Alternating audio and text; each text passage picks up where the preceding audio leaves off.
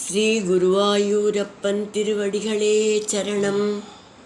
இன்னைக்கு நாம் இந்த தசகத்தோட 9வது ஸ்லோகத்தை பார்க்கலாம். முதல்ல வார்த்தைகளை பிரித்து சொல்லலாம், பிறகு ஒவ்வொரு வரியும் சேர்த்து சொல்லலாம். ஸ்ரீநாரதேன சக பாரத கண்டமுக்யைஹி ஸ்ரீநாரதேன சக பாரத கண்டமுக்யைஹி त्वं साङ्ख्ययोगनुदिभिः समुपास्यमानः त्वं साङ्ख्ययोगनुदिभिः समुपास्यमानः आकल्पकालमिह साधुजनाभिरक्षी आकल्पकालमिह साधुजनाभिरक्षी नारायणो नरसक परिपाहि भूमन् नारायणो नरसख परिपाहि भूमन् श्रीनारदेन सह भारतखण्डमुख्यैः त्वं साङ्ख्ययोगनुदिभिः समुपास्यमानः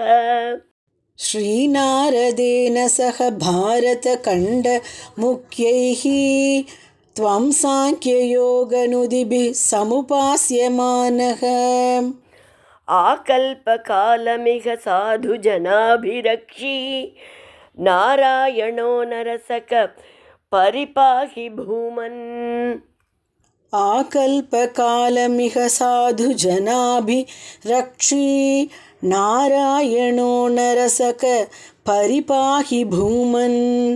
இப்போ நாம் இந்த ஸ்லோகத்தோட வார்த்தைகளை பிரித்து அர்த்தங்களை பார்க்கலாம்.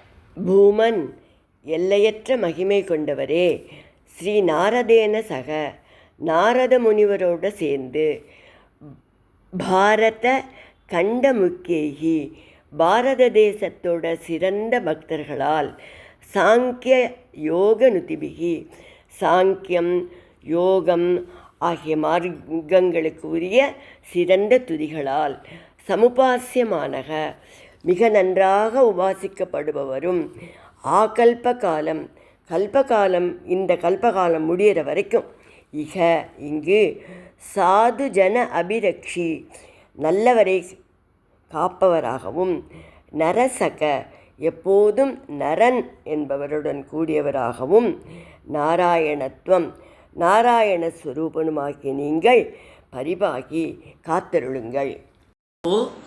இந்த ஸ்லோகத்தை முழுவதுமாக பாராயணம் பண்ணி இதோட முழு அர்த்தத்தையும் பார்க்கலாம்.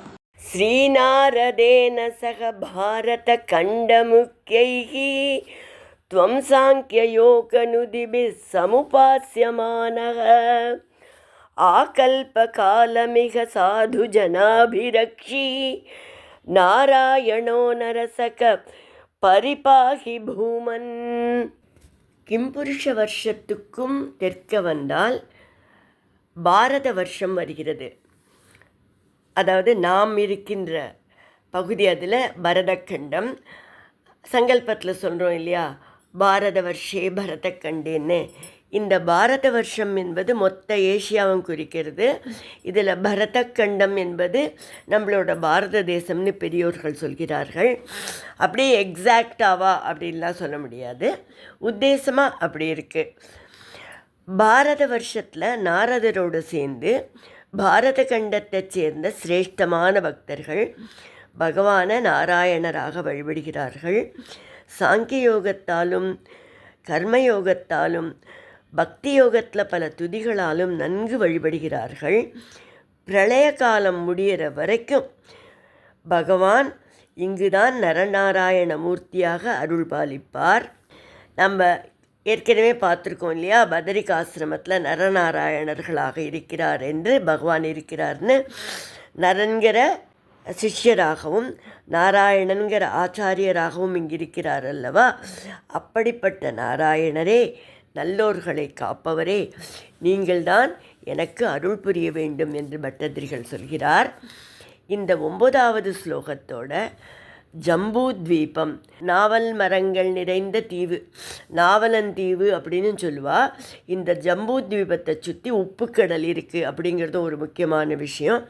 அப்படிப்பட்ட இந்த ஜம்பூத்வீபத்தை பற்றி, அதாவது அந்த ஜம்பூத்வீபம் அதில் இருக்கிற 9 வருஷங்கள் பற்றிய வர்ணனை இந்த 9வது ஸ்லோகத்தோடு முடிகிறது.